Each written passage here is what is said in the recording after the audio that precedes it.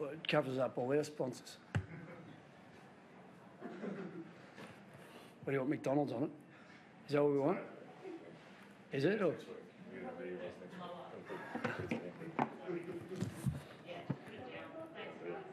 Remember, I'm not Justin Longmuir or Horse Longmire. The little blokes, they are, but they don't put in enough. Righto. Did that feel like a bit of a missed opportunity given the work you've done to have that 4-goal lead? Yeah, kind of, Riley, but I just feel like they are too even with their individuals, and we're comfortable with our strategy, implementation of it by and large, but ultimately, you know, the opportunities and not being able to capitalise after we had that momentum really told, and then their sort of trademark connection stuff inside their own 50s started to come to the fore, and they made the most of it. So disappointing night, all in all. Did it feel similar to the grand final in a sense that you've done work, get yourself in front, then the momentum sort of shifted pretty rapidly? Not really. I mean, we did our mids, and Tim in particular did an outstanding job at centre bounce, you know, and didn't feel like we put our backs under any duress with any of their clearances out of there. I think, you know, the differential there was considerably in our favour. We'd kicked 3 goals up to half-time from centre bounce, so obviously that was a key factor, you know, in the last game we played them. So it didn't really feel like that at all. It just felt like when we went forward, you know, we didn't connect, and then, you know, they went the length of the ground, and you know, and were able to capitalise. You know, if it wasn't, I thought our cohesion team defensively at different times was pretty good, but just our ball use waned as the game went on. It wasn't flash early, but there's a couple of sliding doors moments, you know, where the play on inside 50 and the drop mark inside 50 that handed them a bit of momentum, and from those two, they probably didn't look back. Have to get around like Josh to sort of just get his chin up and keep his spirits up after those moments.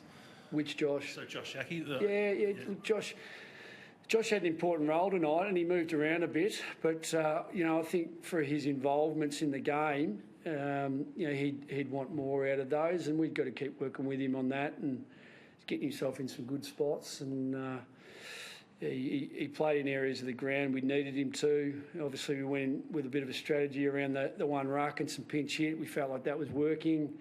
He was caught up in that, but yeah, as the weeks go on, hopefully, you know, he keeps emerging. Well, can you talk us through the events of the last few days with a few players, JJ, Martin, Lockie Hunter, you know, in and out of the team. Melbourne was similar as well. Is that just normal round one preparation to, you know, be uncertain, I guess, at how you're going to prepare? You've got the nerve to ask me a question and even be here. So you've been preying on us the last 2 times. You barracked for Melbourne, Tom Morris. Been preying on us. You've been opening us up, causing turmoil within our football club by declaring our team well before it needs to be declared. Is that the way Fox want you to operate? Yeah, is that what you're doing? Is that the gutter journalist you want to be? No. Is that who you want to be? If you let me answer, right? Luke. So we went in with a plan. We had some late stuff go on with JJ, unfortunately coming out in the warm up. Everything other than that was according to plan from the Sunday, which somehow you've found out about again. So we need to get to the bottom of this. Obviously, we need to put our hand up and say that there's some leakage going on, but you're preying on it. And it's a team you barrack for. Your conflict of interest here is considerable. And yet your gutter journalism at the moment is killing us and behind the scenes. This is why the health and well-being of people in the game is caught up in all this stuff, you know, because we've got things to concentrate on performance-wise.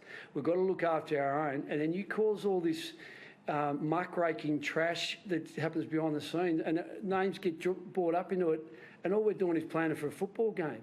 Are you proud of yourself? Yeah, absolutely. You're proud of yourself? Yeah, Fox backs me. Wow. And to be honest, No, that's enough. That's enough. Next question, please. Yeah, next question. Mate, you're not welcome. No, this is the AFL's press conference, and I'll It's sit what? here. It's the what, sorry? AFL's press conference. Yeah, okay. Well, I think you got enough, boys and girls? I think we're probably done, aren't we? Okay, so this is what happens, because I know, and I know Sam Edmund does it, you know, I know many of you, Riley, I know you'd do it. If you found something out, you'd ring Agent Shed and say, look, I know this, just so you know that I know.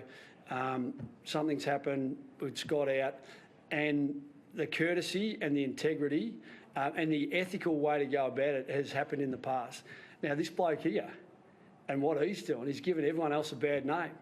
You know, and right where we're trying to stabilise our competition and what we do with everything that's gone behind the scenes, and us, you know, as coaches and a football program, with the soft cap situation as it is, and this sort of stuff happens. You're an embarrassment to what you do, mate. You're an embarrassment. An absolute embarrassment. Disagree. We won't get many friends.